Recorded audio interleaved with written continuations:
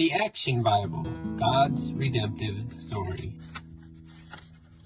Illustrations by Sergio Correo, by David C. Cook, read by my wife, Amber, and myself, Slate.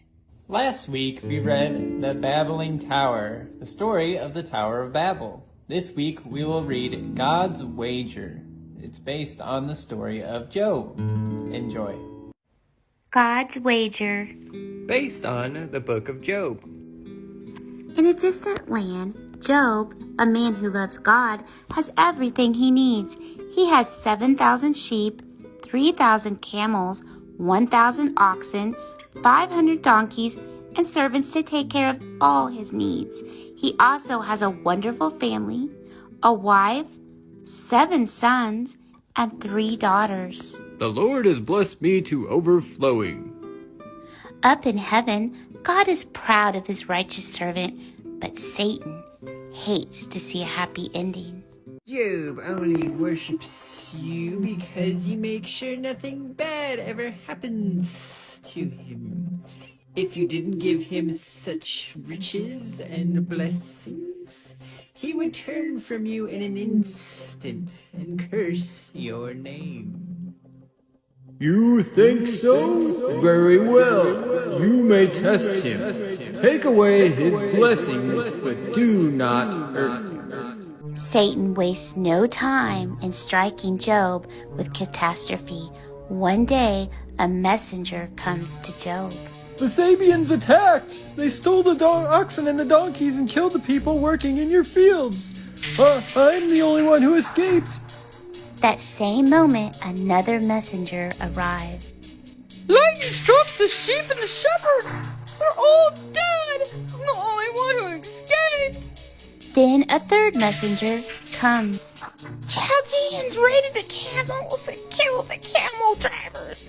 I'm the only one who escaped. Yet another messenger arrives with really bad news. Your oldest son's house collapsed, killing all of your children. I'm the only one who escaped. Job is saddened by the loss of his property and his livestock, but he is devastated by the death of his children. He shaves off all his hair in grief and rips his clothes to tatters, but he does not blame God for the misfortune. I came into this world with nothing, and I will leave it with nothing. God gave, and God took away. Praise be to God. See, Satan, he is a better man than you thought.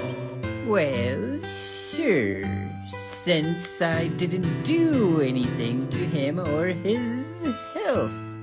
But no one praises God when they're sick. So you think. Ruin his health, if you think that will have any effect on this righteous man. But do not kill him. Satan immediately returns to earth and strikes Job with terrible open sores from head to foot. He curses Job with insomnia, and when Job does sleep, Satan terrifies him with the nightmares. Job can't keep his food down, and he loses so much weight he can hardly move. Still, Job does not complain, but his wife, everything we owned and everyone we've loved is gone. Surely this disease will kill you. You should just curse God and die. Job looks at his wife out of painful, blurred eyelids. Don't be a fool. We cannot accept the good things from God without also accepting the bad. When Job's friends hear about his troubles, they come to sit with him in the garbage dump at the edge of town. The disease has affected Job so strongly, his friends almost don't even recognize him. For 7 days, no one speaks. They just sit together with their friend. Finally, after a week, Job breaks out with a cry of grief. I have done nothing wrong. Why is God letting all of these terrible things happen to me? Eliphaz is shocked at Job's harsh question. Now don't get upset, Job. From everything I've seen, God doesn't punish innocent people. You must have done something wrong. But I haven't sinned, and even if I have, God knows my heart and would forgive me. But Bildad is not convinced. It sounds like you're blaming God for being unfair, Job. I'm sorry, but if your kids were killed, it's because they must have deserved it. You have a chance to confess your sins. You should take it. I would confess my sins if God would come and tell me what I have done wrong. Job's insistence that he is innocent offends his third friend, Zophar. You windbag. You don't know anything about God. You stubbornly insist that you have not done anything wrong, when the only thing that can save you is to apologize to God for your sins. Some friends you are. You don't comfort me at the worst time of my life. You think you speak for God? I only wish he could speak for himself. Even if he killed me, I would trust in him. Even as Job speaks, God suddenly comes to him in a storm. Stand up on your feet like a man. I will question you, Job, and you will answer me. You think you know so much, Job? Where were you when I laid the foundations of the earth? Have you ever commanded the morning to come? Do you show the sun where to rise? Can you untie the ropes that hold the stars together?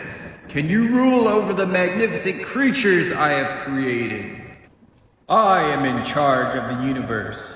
I am in charge of everything that exists. You cannot understand my ways. You cannot know the greater good I desire for you. Your place is simply to trust in me. In reply to God's speech, Job falls to his knees. I spoke about things I didn't understand. Forgive me. After this, God heals Job. He gives him twice as many animals as he had lost, and he gives him 10 more children. Job lives for a long time after all of this. To be continued.